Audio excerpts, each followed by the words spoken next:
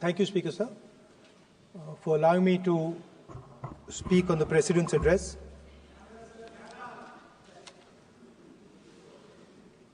Camera. Thank you. Double thank you, sir.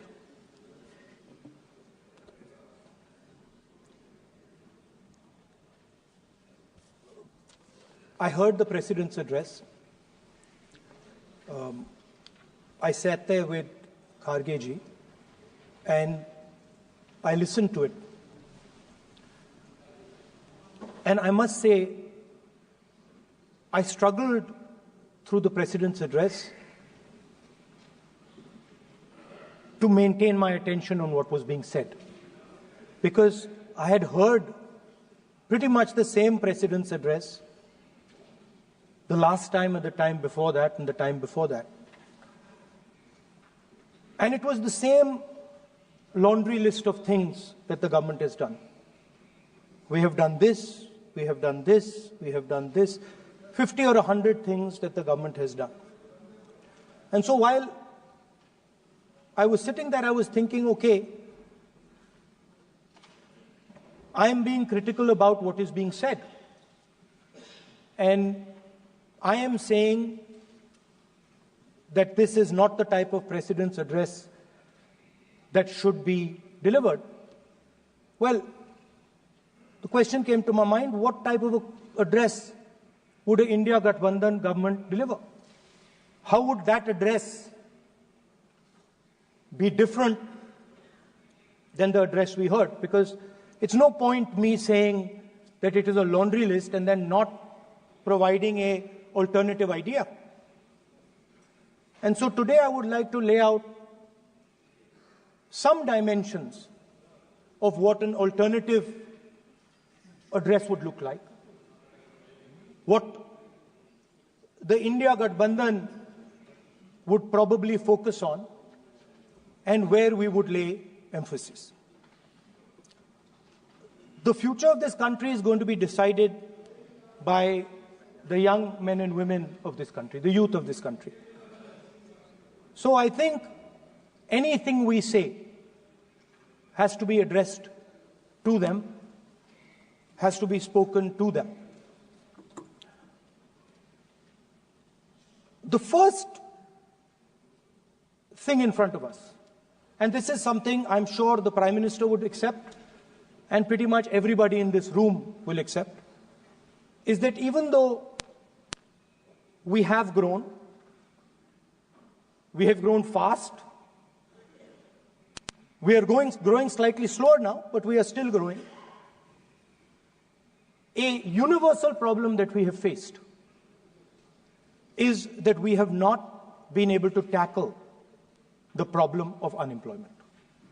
No, neither the UPA government nor today's NDA government has given a clear-cut answer to the youth of India about employment. I don't think anybody in this room will disagree with me. I'll give a little statistic for the Prime Minister. The Prime Minister, something I would agree with directionally. The Prime Minister proposed the Make in India program. I think a good idea. We saw the statues, we saw the functions, we saw the so-called investment, and the result is right in front of me. Manufacturing fell from 15.3% of GDP in 2014 to 12.6% of GDP today. That is the lowest share of manufacturing in 60 years. I'm not even blaming the Prime Minister, because I think it would not be fair to say he didn't try. I could say that the Prime Minister tried, and I think conceptually Make in India was a good idea, but it's pretty clear that he failed, because manufacturing went from 15.3% of GDP to 12.6%. So the first question that any alternative vision would answer to the youngsters of our country is, okay, what and how are we going to solve this problem of employment? Any country basically organizes two things. You can organize consumption, and then you can organize production. Modern way of saying organizing consumption is services. Modern way of saying organizing production is manufacturing. But there is more to production than simply manufacturing. For example, agriculture also is about production. Now, pretty much every government since 1990 has done a decent job on consumption, on organizing consumption. Which are the companies that organize consumption? Uber organizes consumption. Reliance organizes consumption. Adani organizes consumption. But we have, as a country, failed in organizing production. We have excellent companies that try to organize production. They are the Mahindras of this world. They are the Bajajs of this world. Part of Tata's organizes production, but the record of the country in organizing production is dismal. And essentially what we have done is we have handed over the organization of production to the Chinese. So this mobile phone, even though we are saying we make this mobile phone in India, that is not a fact. This phone is not made in India. This phone is assembled in India. All the components of this phone are made in China. The network that has produced this phone is made in China, is owned by China. So every time we use a phone, every time we wear a Chinese shirt, a Bangladeshi shirt, every time we wear a pair of Chinese sneakers, we are paying a tax to China. Because some Chinese youngster is earning a salary to make or to produce that product. So the first message I would give in a presidential address would be that India has to focus completely on production. Because if we do not focus on production and we continue to focus only on consumption, we will find that we will run huge deficits, we will increase inequality, and eventually we will run into a serious problem. Social problem because of unemployment, which we are already facing. If you look at the numbers of the amount of people who are in jail, if you look at the numbers that are spent on internal security, if you look at the numbers spent on our police forces, they're all spiraling. They're all rising. And everybody understands that social tension is on the rise in India. So now the next question comes, okay, so where is this employment going to come from? What is India going to produce? And for that, I'd like to tell all the youngsters of this country that there is a revolution taking place, an exciting revolution. The world is transforming completely.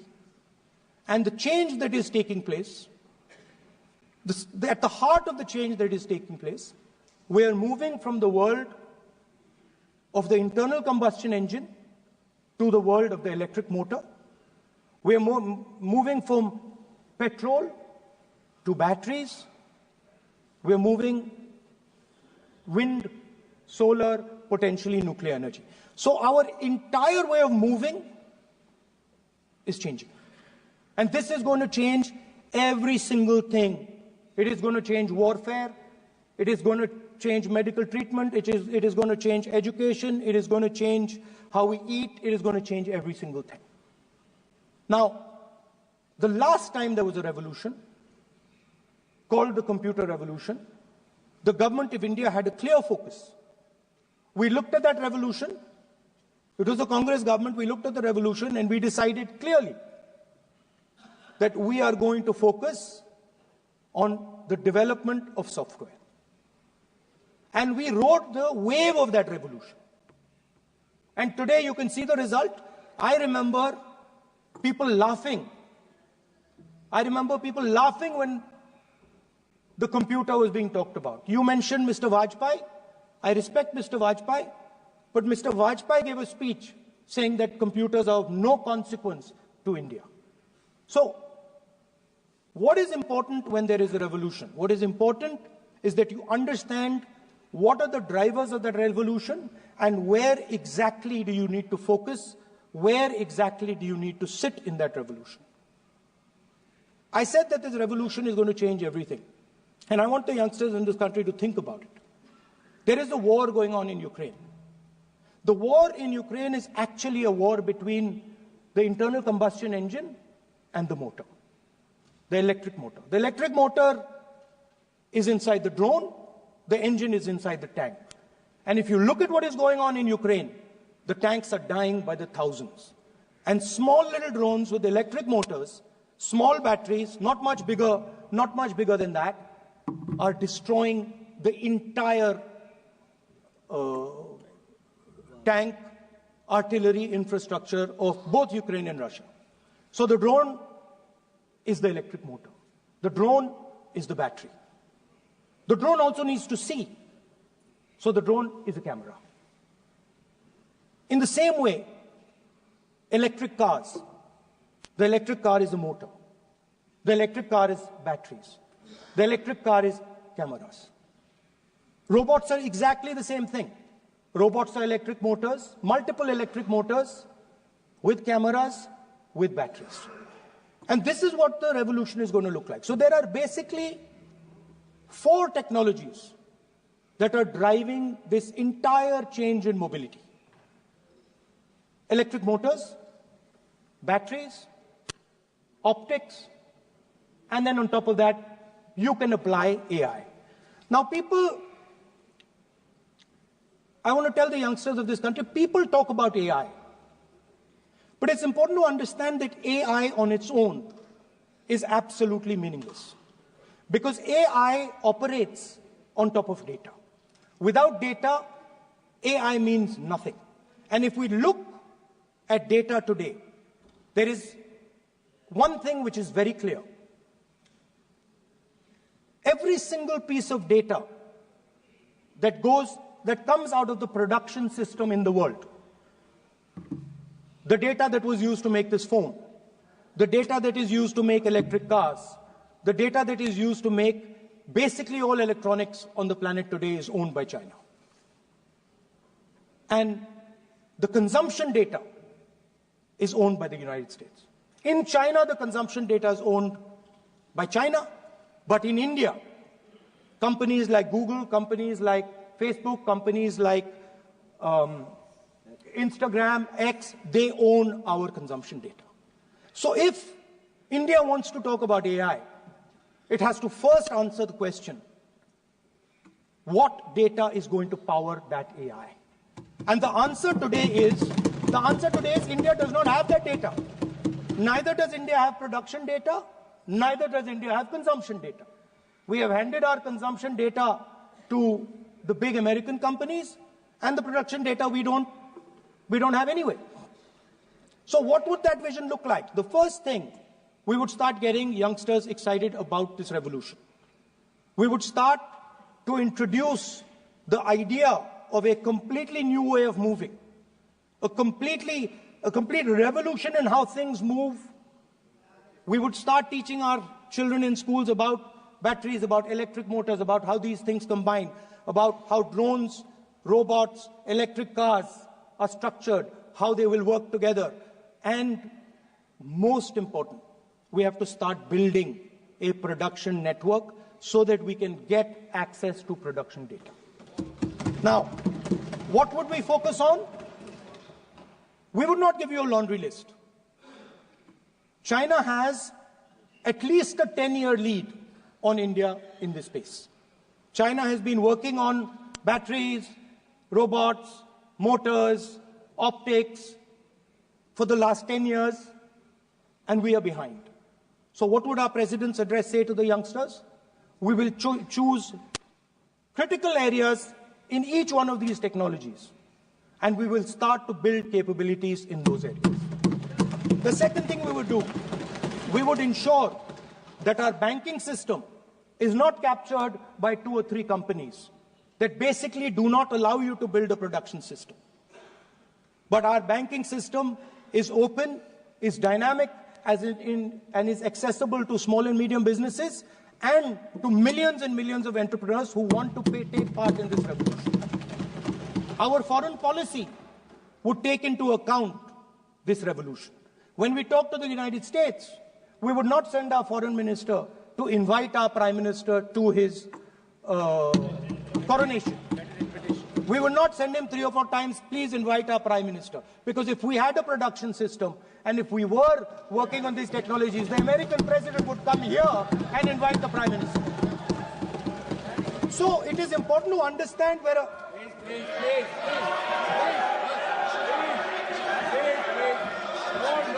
Without foreign policy.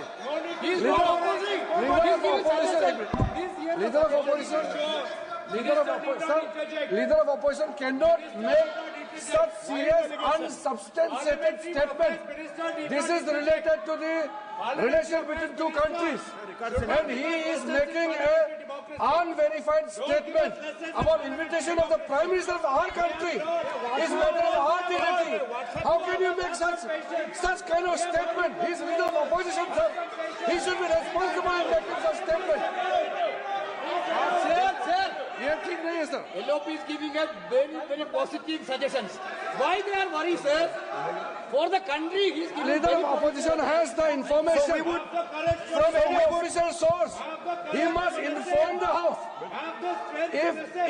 If leader of opposition has the information, please inform the House. Okay. Who has told you that foreign ministers visited for the purpose which you have mentioned? You must specify it. So, I'm sorry that disturbed you, that question. I apologize for disturbing your peace of mind. It's okay. I've apologized. I've apologized for disturbing your peace of mind. I'm sorry. Apologize for lying to the House. ऐसा नहीं होता है. तो serious होना चाहिए leader of opposition को. कम से कम देश के मामले में तो एक हो. देश के मामले में तो एक वॉइस से बोलना चाहिए. ये गलत बात है. ये ठीक नहीं है. लीडर ऑफ अपोजिशन को इस तरह का बयानबाजी नहीं करना चाहिए. ये गंभीर विषय पर चर्चा चल रही है. So we would start by telling our young men and women that they have to be at the forefront of this revolution. We cannot afford that the Chinese are at the forefront of this revolution. Number one. Number two, we would ensure that the absolute best experts on these technologies would talk to our students, would talk to our youngsters, and guide them on what a future, on what these future technologies are going to do. We would make them partners in this revolution. Now, we talk about defense. And today, we have the Chinese. And the Prime Minister has denied it. And the army has contradicted the Prime Minister. It's true. The Prime Minister has denied it. The Prime Minister has denied it. And the army has disagreed with the Prime Minister that China is sitting on 4,000 square kilometers of our land, of our territory.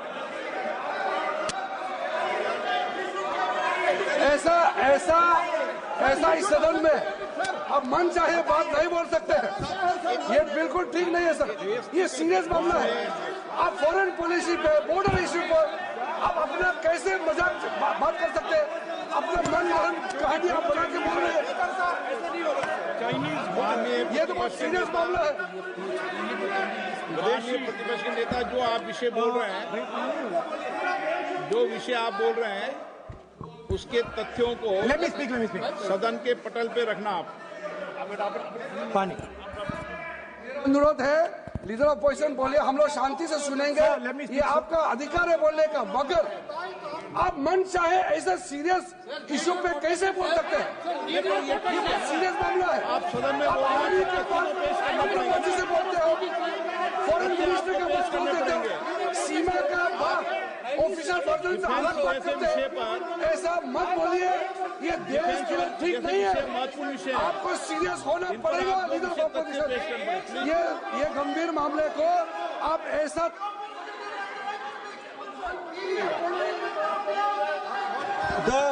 The Prime Minister has denied that Chinese forces are inside our territory, but for some reason our army keeps talking to the Chinese about their entry into our territory, and our Chief of Army Staff has said that the Chinese are inside our territory. This is a fact. This is not invention, this is a fact. Now, but the reason China is inside our territory is important. Because people think that wars are fought between armies and their weapons. But the fact of the matter is that wars are fought by industrial systems. The fact of the matter is that China has an industrial system that is far stronger, far bigger than our industrial system. And that is why they have the guts to come inside this country. The reason China is sitting inside this country is because Make in India has failed. The reason China is sitting inside this country is because India is refusing to produce. And I am worried that India is going to give up this revolution to the Chinese once again. The reason I made this reference is because everything is connected. If and when we fight a war with China, we will be fighting with Chinese electric motors, Chinese batteries, Chinese optics, and we will be buying Chinese motors, Chinese optics, Chinese batteries. It is a non-sustainable proposition. That is why for our security, for the future of our children, for the future of our country, we have to build a production system, and we cannot allow this revolution to go by. Now, the next step, we have a strategic partner called the United States. The partnership should focus on how India and the United States can work together to take advantage of this revolution. That is what the conversation should be on. Please understand that India is as important as the United States for the simple reason that they cannot build an industrial system without us. They cannot build a production system without us. No matter what they say, the Americans simply cannot do what India can do because their cost structure is much, much, much more expensive than ours. We can build things that the Americans would never imagine. India can do that. So that would be the first part of a president's address. We would talk to the youngsters in India and say to them, we want you to be partners in this revolution. We want to change the Indian banking system so you can have access to it. And we believe in you, we trust in you, and we believe you can take on the Chinese. That's the first part. The second part would be about participation. We have done a caste census in Telangana. And what we have found is shocking. Almost 90% of Telangana is either Dalit, Adivasi, backward, or minority. Almost 90%. And I am convinced that that is the story across the country. I am absolutely convinced that the OBC population of this country is not one less than 50%, possibly 55%. 16% are Dalits, 9% are Adivasis, 15% are minorities. Last budget, there was a photograph. You remember the photograph? Of course. वो मक्खन बांटने वाली, हलवा बांटने वाली photo. मैं हैरान हो गया कि इस बार फोटो ही हटा दी. हलवा खिलाया मगर दिखाया नहीं किसको खिला रहे. प्लीज. तो at the center of any new development paradigm for this country, which runs parallel with the production paradigm I spoke of, which works together with the production paradigm I spoke of, is the participation of lower castes, OBCs, Dalits, Adivasis in the wealth of this country. If we look at the largest corporates in this country, they're all owned. None of them are owned by OBCs. None of them are owned by Dalits. None of them are owned by tribals. If we look at the biggest media companies that support the Prime Minister, every day we see the Prime Minister's pleasant face, smiling face on these media. None of them are owned by OBCs. None of them are owned by Dalits. None of them are owned by Adivasis. This is the fact. So central to any new development paradigm, new paradigm. And that architecture of the new paradigm can only be built once the caste census is placed on this table. Because once the caste census is placed on the table, we will know exactly how much of this country's wealth, how much of this country's power, how many of this country's institutions are owned by 90% of this country. There are OBC MPs in the BJP. There are OBC MPs in the BJP. There are Dalit MPs in the BJP. There are Adivasi MPs in the BJP.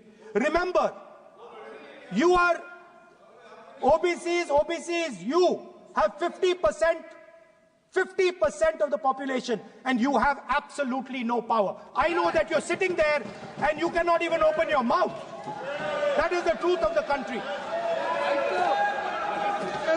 प्रधानमंत्री का चेहरा आपको दिखाई नहीं देता है. जाति जनगणना, प्रधानमंत्री का चेहरा आपको दिखाई नहीं देता है. Architecture, participation, revolution in this country that we are going to bring.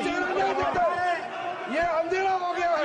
Parliament में ये कुछ दिखता नहीं है. सोनिया गांधी, प्रियंका, ये लीडर ऑपोजिशन को कुछ दिखाई नहीं देता है. ओबीसी बात करते हैं. So the idea is, Speaker sir, the idea.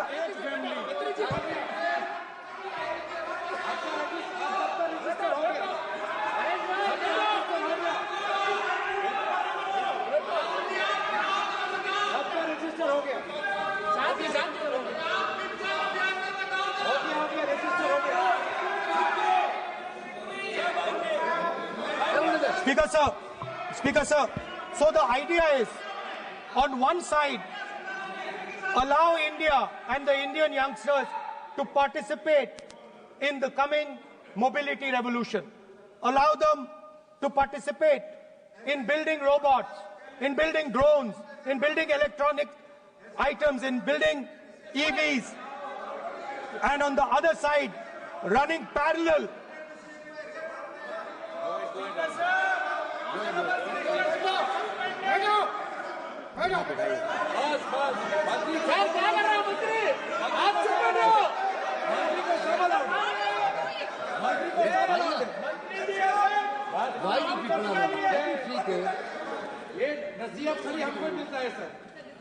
मैंने उनको ही मना किया. The country, Speaker sir. ऐसा नहीं है. आप भी बहुत डिस्टर्बेंस करते हैं.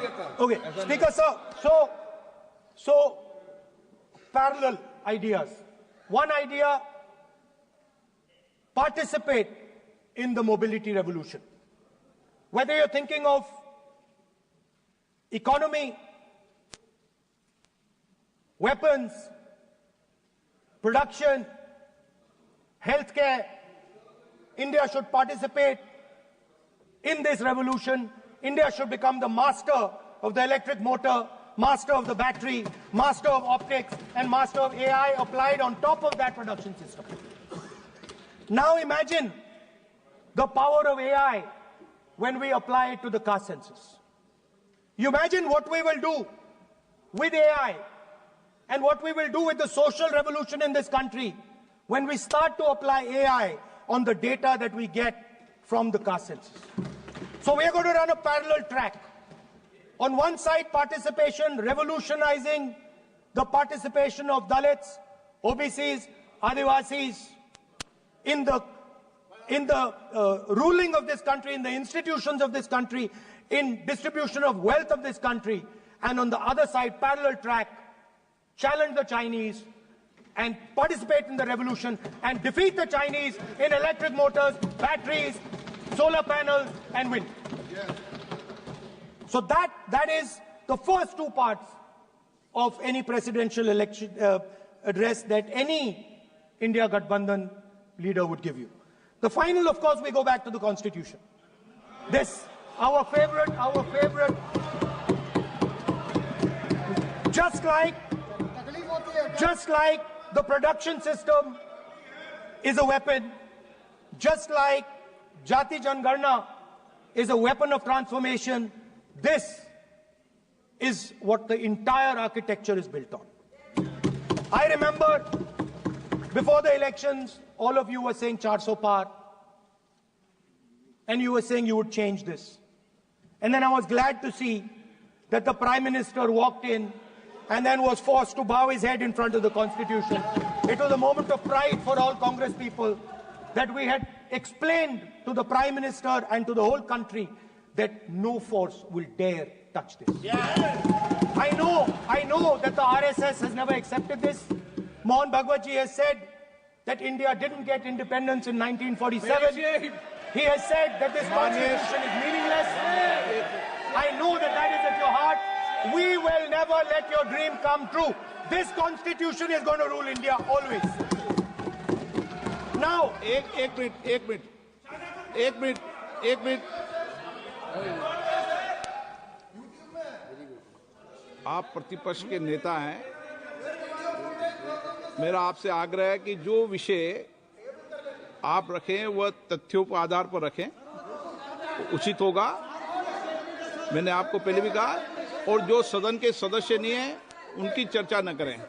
बताता हूं सर, मोहन भागवत आप नियम प्रक्रियाओं की पालन करें, आपसे अपेक्षा। सर, मोहन भागवत जी ने स्टेटमेंट दिया। मोहन भागवत का statement Sir, one second. We will authenticate. Speaker, sir. We will authenticate. Speaker, sir. Mohan Bhagwat ji made a statement saying that India did not receive independence in 1947. It received independence when the Ram Mandir was inaugurated. We will place that on the table. Now, sir, I would like to mention one small thing, but very important thing. Speaker, sir, this constitution is supported by this constitution is supported by the vote of our people. Without the secure vote of the Indian people, this constitution means nothing. Now I want to bring to the notice of this House some data, some information about the Maharashtra election. Very simple stuff. Speaker, sir, between the Lok Sabha election, which the India Alliance won, and the Vidhan Sabha election, the voting population of Himachal Pradesh was added to the voting roll of Maharashtra. Meaning the entire population of Himachal Pradesh was added to the voter rolls of Maharashtra. Please understand what I am saying. In Lok Sabha, the difference between Lok Sabha and Vidhan Sabha was the population of Himachal. The entire population. Almost 70 lakh new voters suddenly arrived between Lok Sabha and Vidhan Sabha. Now, the most interesting part, and the Prime Minister is not looking at me. The most interesting part,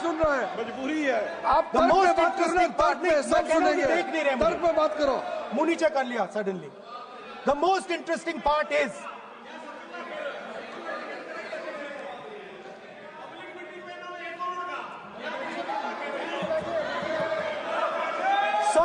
Sir, Maharashtra में more voters were added in 5 months in Maharashtra than were added in 5 years in Maharashtra.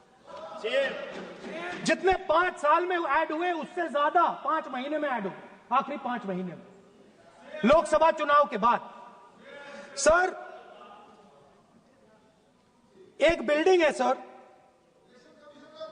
Shirdi में, एक building में 7,000 नए voter एक building में add हुए sir. एक building में 7,000 नए वोटर ऐड हुए सर। सर, मैं कोई आरोप नहीं लगा रहा हूं, मैं कोई आरोप नहीं लगा रहा हूं, मैं सिर्फ ये कह रहा हूं सर कि ये इसमें कुछ ना कुछ प्रॉब्लमैटिक है कि हिमाचल प्रदेश जितने बड़े वोटर्स लोकसभा के बाद जादू से आ जाते हैं। अब हम क्या कह रहे हैं, हमने इलेक्शन कमीशन से रिपीटेडली कहा है, लगा रहे हैं, आप एक काम कीजिए, हमें लोकसभा की वोटर लिस्ट दे दीजिए, नेम एड्रेस और इलेक्ट्रॉनिकली दीजिए, और विधानसभा नहीं है, नहीं सर, नहीं नहीं नहीं नहीं नहीं नहीं, स्पीकर सर, स्पीकर सर, वो सब वेबसाइट पे रहती है, सब जानते हैं, कभी भी कोई निकाल सकता है। स्पीकर सर, मैं समझा देता हूं sir, speaker sir, speaker sir, वो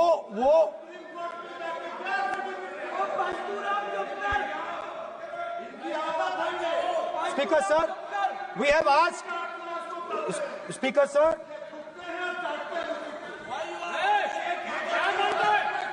speaker sir, we are asking this question, we are asking this, speaker sir, population of Himachal Pradesh,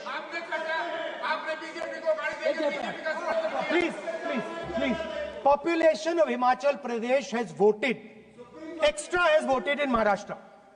We are saying to the Election Commission, please give us the names and addresses and polling booths of all the workers in the Lok Sabha and all the workers in the Vidhan Sabha, so we can calculate who these new workers are, who these new voters are. Interestingly,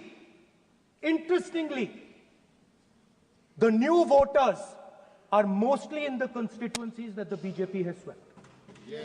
Please understand, the new voters have been added mostly in the constituencies where BJP has swept.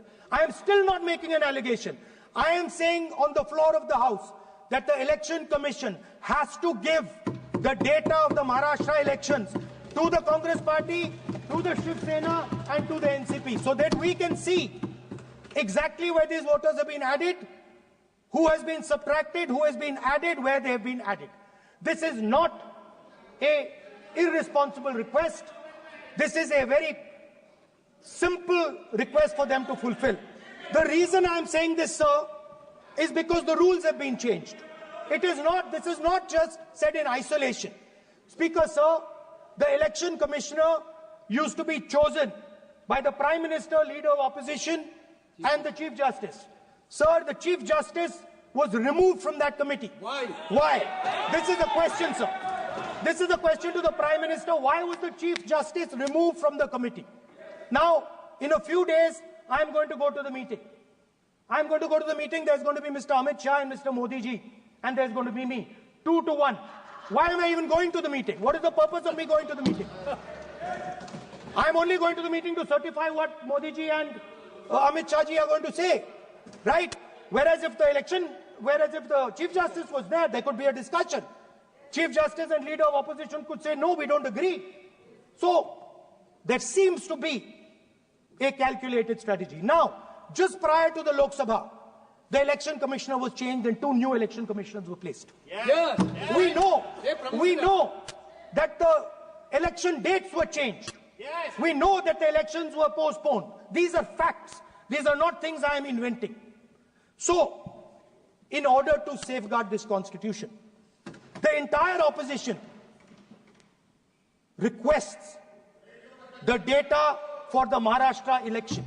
We request the data and the electoral voter list for Lok Sabha and the corresponding list for Vidhan Sabha. And I am very confident that the Election Commission will not give us this information. Speaker sir, that is broadly. So the third element of our President's address would be a determined defense of India's institutions, of our democratic system, and a re-look at our entire democratic framework, and the looking again at all the institutions that have been taken away from the people of India. So those would be the type of things that we would say in a presidential address. I'd like to finally say one thing. In the last, थोड़ा बढ़ा देता हूं, अब मैं थोड़ा और खींचूंगा, अब और खींचूंगा थोड़ा, अब और खींचूंगा. So in the last, there is a background, a philosophical background to what I am saying. Essentially, what I am saying to the youngsters of India and to this House is that instead of focusing on multiple things, instead of telling us a laundry list, give us a strategy, give us a vision, make it clear, right? Now, there is a philosophical basis to this. There is even a deep philosophical basis to this. I showed you the picture of Shivji, which you didn't allow me to show. I showed that picture for a reason. What does that picture tell us? If you look at that picture carefully, it tells us focus carefully. Do not get distracted. Do not look here and there. Do the job at hand. So there is a philosophical basis to the speech I have given. I have not told the House and the country that we will do this, and this. This is the philosophy of Shivji. Say what you have to say, but be clear that you're going to do that one thing and don't do 50, 60, 70 different things. So there is a link between our philosophical tradition, our religious tradition, and what I'm saying. And that is what India needs to do. India needs to connect the past, the values of the past. You talk about Sardar Patel ji, but you destroy Sardar Patel ji's values every day. You talk about Ambedkar ji, you destroy his values every day. You talk about Nehru ji. No, you don't talk about Nehru ji. Right? You bow in front of Buddha. You destroy what he says. So the point is, you have to be truthful to what you are, right? And it is important that when you are giving a way forward to the nation, there is clarity of purpose. There is no hatred, there is no violence, there is no anger, because these things are destroying our country. So my speech has not been angry, has not been nasty. My speech has been very polite, very kind, and I thank the Prime Minister for coming and listening to it.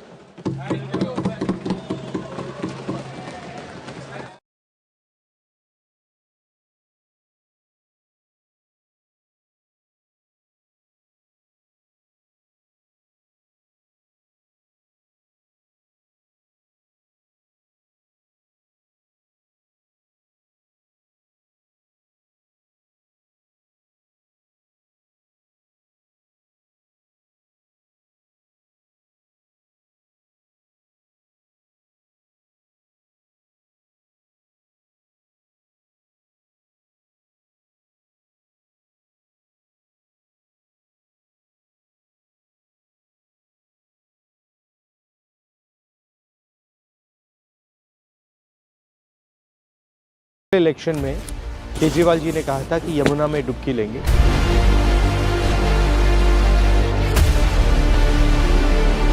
2025 हो गए हैं, 5 साल हो गए हैं। मैं नहीं देखा हूं।